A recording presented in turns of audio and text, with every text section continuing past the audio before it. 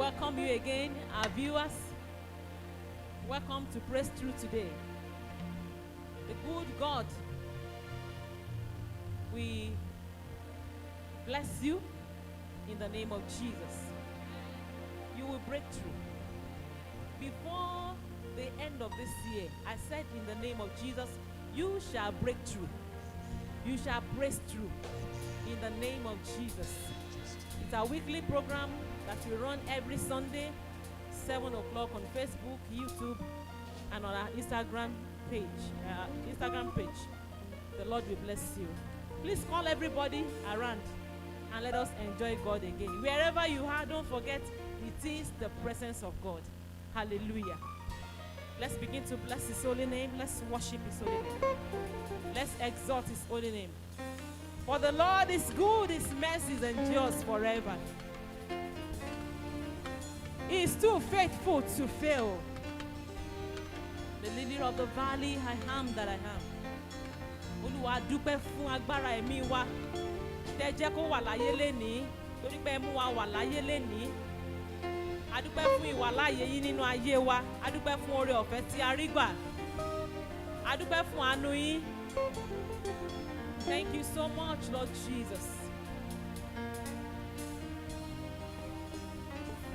Àánú tó pọ̀ bí iyanrìn tí mo ń gbà lójúmọ́.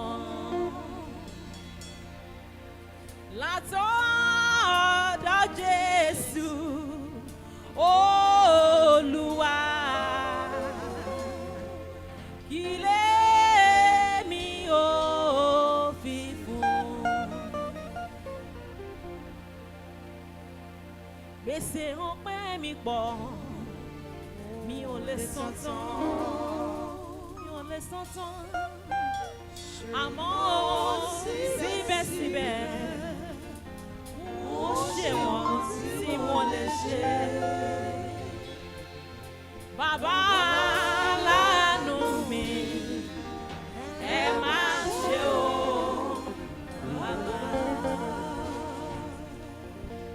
Gbèsè ọpẹ́ mi pọ̀ o, èmi ò lè san tán, mi ò lè san tán, mi ò lè san tán.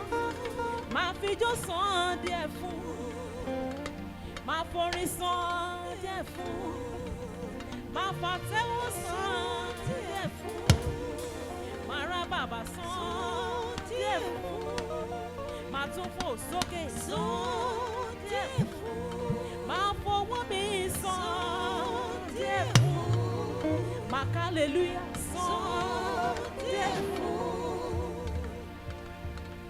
Àmọ́ ó síbẹ̀síbẹ̀, mo ṣe wọ́n tí mo lè ṣe. Bàbá àánú mi, ẹ má ṣe o. Bàbá alágbára ńlá tó ń gbé inú àwọn ọ̀run, alátìlẹ́yìn ọmọ, olóore tèmi, aláàánú tèmi, olùrànlọ́wọ́ ayé mi. Gbèsè ọpẹ́ mi pọ̀, mi ò lè san tán. Oore jíjẹ, oore mímu, oore sísùn, oore jíjí, oore níná, oore lílò. Àmọ́ ó síbẹ̀síbẹ̀, wọ́n ṣe wọ́n tí mo lè ṣe. Bàbá olùtọ́jú mi, ẹ má ṣe o. Bàbá, torí bó bá jẹ́ ènìyàn ló ń tọ́jú mi, wọ́n á ti máa sọ̀rọ̀ o. Bó bá jẹ́ ènìyàn ló ṣe yìí, wọ́n á ti máa ṣìrègùn. Bó bá jẹ́ ènìyàn ló ń tọ́jú mi, wọ́n á ti máa bùgà. Bó bá jẹ́ ènìyàn ló ń tọ́jú mi, wọ́n á ti máa sọ̀rọ̀ ẹ̀yìn. Mo wí pé Olúwa, gbèsè ọpẹ́ mi pọ̀ ó pọ̀ lọ́dọ̀ rẹ. Gbèsè ọpẹ́ pọ̀ o, ó pọ̀ o lọ́dọ̀ rẹ. Àmọ́ o síbẹ̀síbẹ̀ o, èmi á ṣe wọ́n tí mo lè ṣe. Bàbá lánàá mi, ẹ má ṣe o.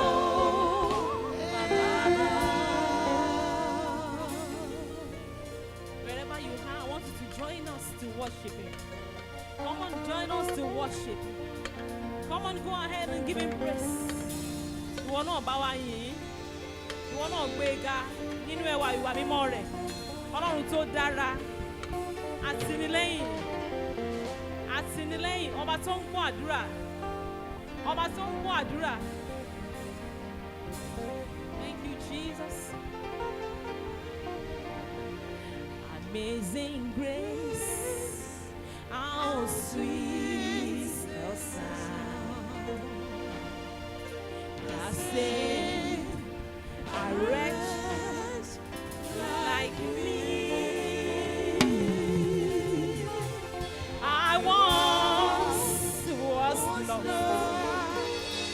but now I'm free. Was blind, but now I see. Ó yá pariwo wípé aṣẹ́gun àti àjogún ní àjẹ́. Nípa ẹ̀jẹ̀ Kristi, àní ìṣẹ́gun tó dájú. Olúwa jẹ́ tiwa. Come on, confess it, you will never fall. Kò sóhun tó lè borí, kò sóhun tó lè borí agbára rẹ̀. Pariwo gẹ́gẹ́ bí aṣẹ́gun. Aṣẹ́gun ni wá. Aṣẹ́gun ni wá. Nípa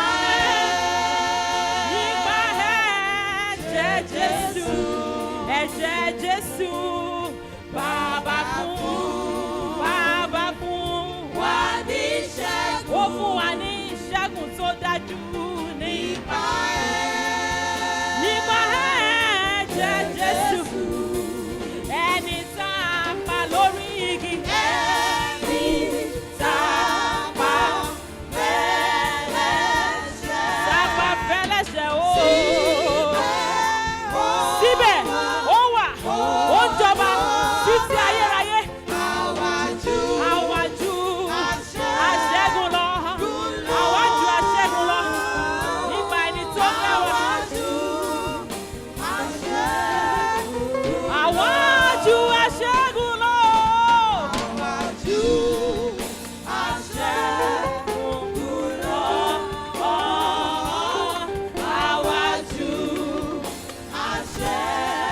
Àwájú aṣẹ́gun lọ. Come on, say it. Àjù aṣẹ́gun lọ. Àjù aṣẹ́gun lọ. Àwájú aṣẹ́gun lọ. Hallelujah. Thank you, Jesus. Thank you, Jesus. Ọba tá a kò rí tá a rí ṣe ọwọ́ rẹ̀. Father, we worship you. Alágbádá iná, aláwọ̀ tẹ́lẹ̀ oòrùn, wípé nínú ọlá, Ọlọ́run tó pọ̀ nínú ògo.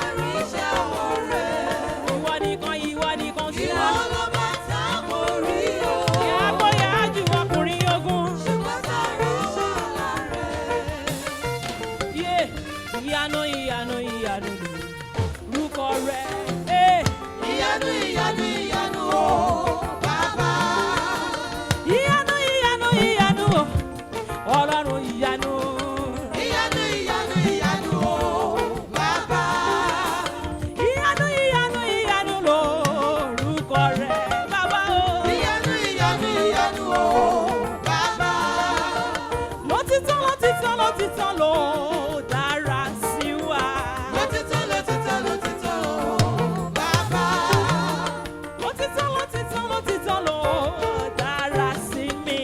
Lótìtọ́ lótìtọ́ lótìtọ́ o bàbá. I want you to confess the faithfulness of God for you. Hey.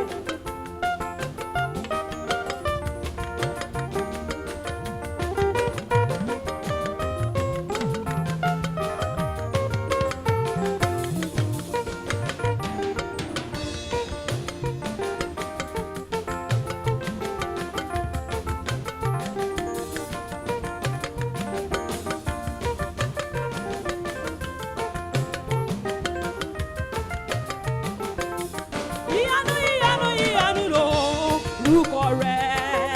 Ìyanu ìyanu ìyanu o bàbá. Alágbádá iná aláwọ̀ tẹ́lẹ̀ oòrùn lórúkọ rẹ̀. Ìyanu ìyanu ìyanu o bàbá. Ìyanu ìyanu ìyanu lórúkọ rẹ̀. Bàbá o. Ìyanu ìyanu ìyanu o bàbá. Lótìtọ́ lótìtọ́ lótìtọ́ ló dára sí wa. Lótìtọ́ lótìtọ́ lótìtọ́ o bàbá. Lótìtọ́ lótìtọ́ lótìtọ́ lẹ dára o bàbá mi. Lótìtọ́ lótìtọ́ lótìtọ́ o bàbá. Lótìtọ́ lótìtọ́ lótìtọ́ lẹ dára sí wa o. Lótìtọ́ lótìtọ́ lótìtọ́ o bàbá. Ìyanu ìyanu ìyanu o Ọlọ́run ìyanu wa. Ìyanu ìyanu ìyanu o bàbá. Ìyanu ìyanu ìyanu lórúkọ rẹ̀ bàbá o. Ìyanu ìyanu ìyanu o bàbá. Ìyanu ìyanu ìyanu o Ọlọ́run ìyanu wa. Ìyanu ìyanu ìyanu o bàbá.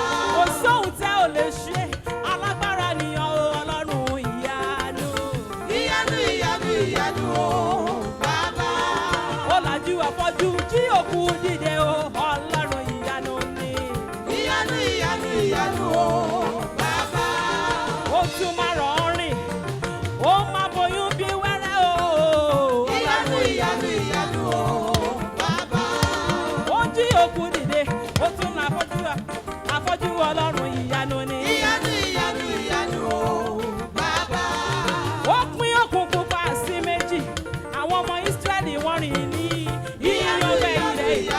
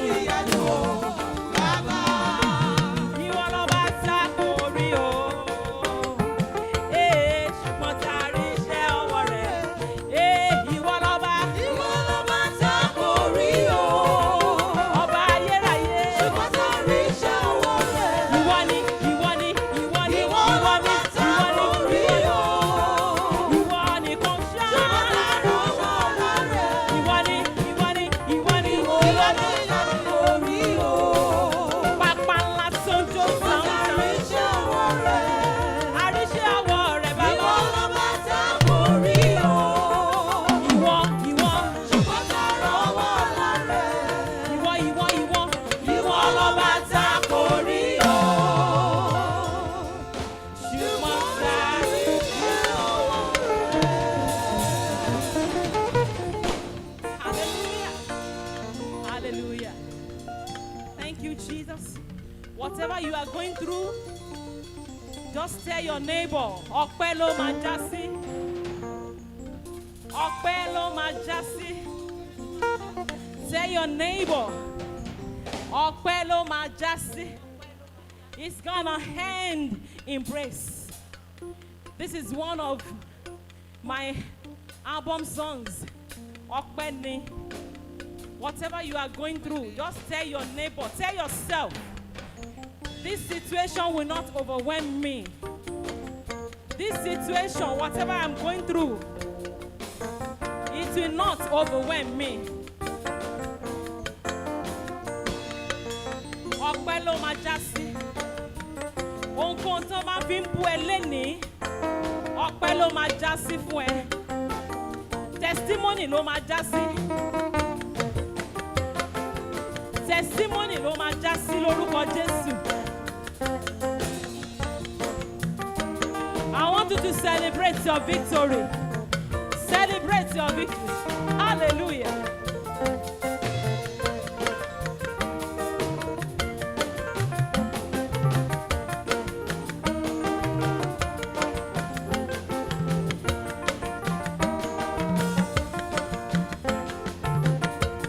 Sọ pé ọpẹ́ ló máa já sí. Ọpẹ́ ló máa já sí.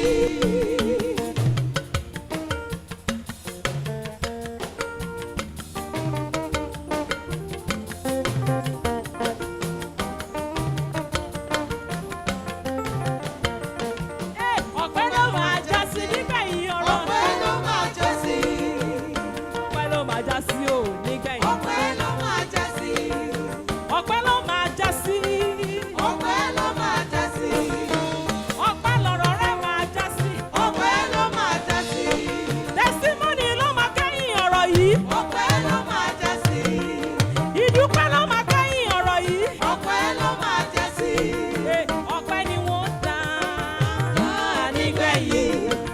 Ọpẹ́ ni ó já sí fún mi o nígbẹ̀yìn. Ọpẹ́ ńlá. Ọpẹ́ ni ó dá nígbẹ̀yìn. Ọpẹ́ ni ó já sí fún mi o nígbẹ̀yìn.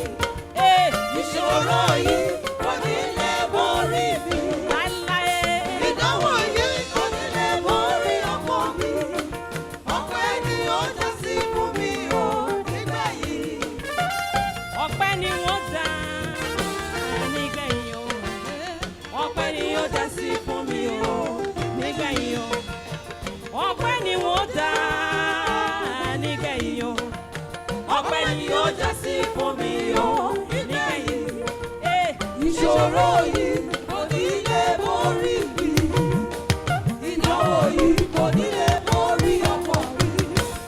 Ọpẹ́ ni ó já sí fún mi o nígbẹ̀yìn.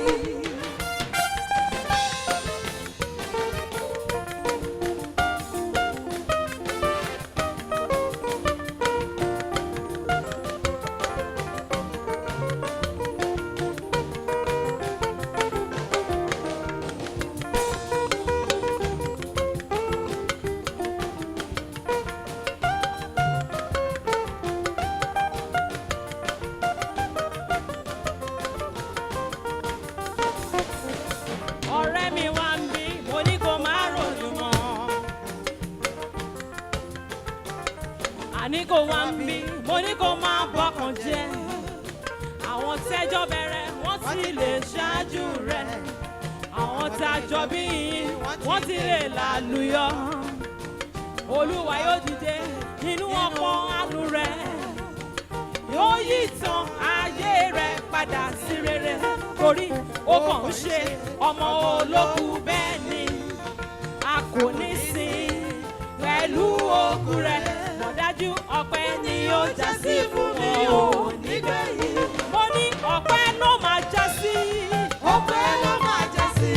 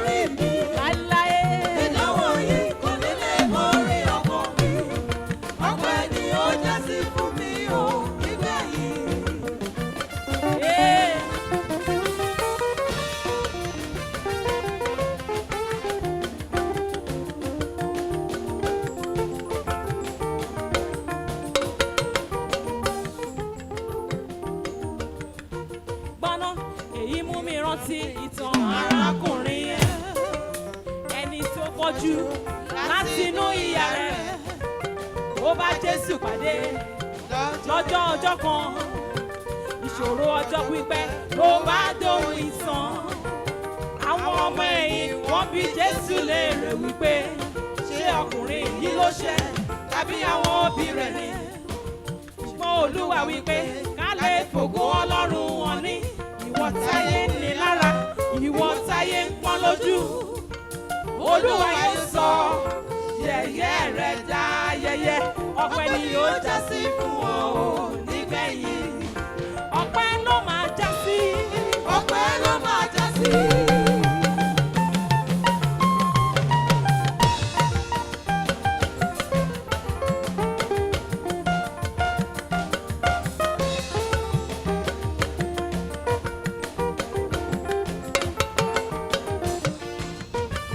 ọpẹ́ ló máa já sí, ọpẹ́ ló máa já sí. ọpẹ́ ló máa já sí o. ọpẹ́ ló máa já sí. Ọpẹ́ ni wọ́n dá nígbẹ̀yìn. ọpẹ́ ni ó já sí fún mi o nígbẹ̀yìn. ọpẹ́ ńlá. ọpẹ́ ni ó dá nígbẹ̀yìn. ọpẹ́ ni ó já sí fún mi o nígbẹ̀yìn. Mo wí pé ìṣòro yìí kò ní lè borí mi. ìdánwò yìí kò ní lè borí ọkàn mi. ọpẹ́ ni ó já sí fún mi o nígbẹ̀yìn.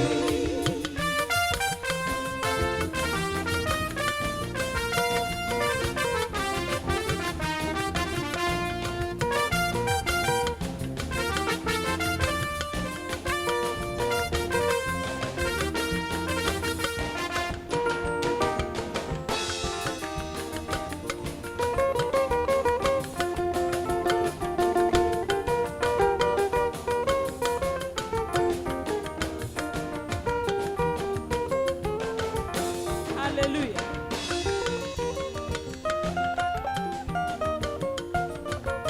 Ìwọ ọ̀rẹ́ mi, Olúwa rán mi sí ọ. Ó wí pé wá sí ọ̀dọ̀ mi, ẹni tó ń ṣiṣẹ́ tàbí ẹrù wíwo lé lórí. Àjàgà mi rọrùn, ẹrù mi sì fúyẹ́. Èmi yóò fún ọkàn rẹ ní ìsinmi. Fàyè rẹ fún Jésù kó tó pẹ́ jù. Òun la bá ní ṣe, òun la ṣe yọrí. Olùpilẹ̀ṣẹ̀ aláṣepé ìgbàgbọ́ wa. Á bá ọ ṣe o, ọ̀rọ̀ rẹ̀ á já sọpẹ́. Ọpẹ́ ni wọ́n dá. nígbẹ̀yìn. ọpẹ́ ni ó já sí fún mi o nígbẹ̀yìn. Ọpẹ́ ńlá. ọpẹ́ ni ó dá nígbẹ̀yìn. Eh, ọpẹ́ ni ó já sí fún mi o nígbẹ̀yìn. ìṣòro yìí kò ní lè borí mi. láéláé. ìdánwò yìí kò ní lè borí ọkàn mi. ọpẹ́ ni ó já sí fún mi o nígbẹ̀yìn. Nínú ilé ibi tó wà yẹn, níbi tó wà yẹn, mo fẹ́ kó o bẹ̀rẹ̀ sí ní celebrate victory ẹ. Kó o bẹ̀rẹ̀ sí ní jó kó o máa yọ̀. Come on, celebrate your victory. Sọ wípé it will end the praise o, it will end the praise. It will end the praise o, It will end the praise. it will end the praise o, It will end the praise. it will end the praise o, It will end the praise. it will end the praise o, It will end the praise. it will end the praise o. It will end the praise. It will end the praise, oh. It will end the praise. It shall end the praise, oh. It shall end the praise. It shall end the praise, oh. It shall end the praise. It shall end the praise, oh. It shall end the praise. Thank you so much, our viewers. Thank you for helping us to share this video. Please continue to share it. The Lord will bless you.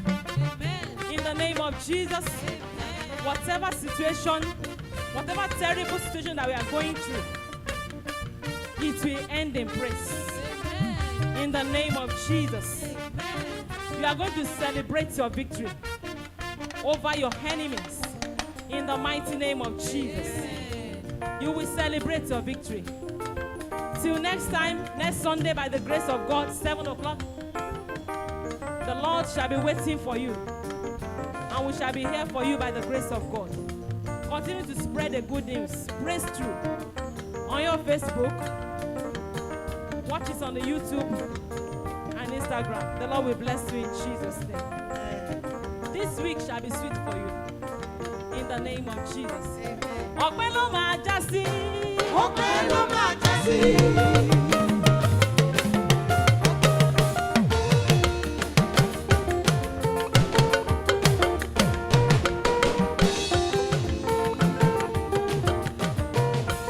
Ọpẹ́ ló máa já sí o. Ọpẹ́ ló máa já sí. This song has actually produced so many testimonies. So we know that in your own situation, it will not be an exception in Jesus' name. Come on. Ọpẹ́ ló máa já sí. Ọpẹ́ ló máa já sí. Ọpẹ́ ló máa já sí. Ọpẹ́ ló máa já sí. Pariwo.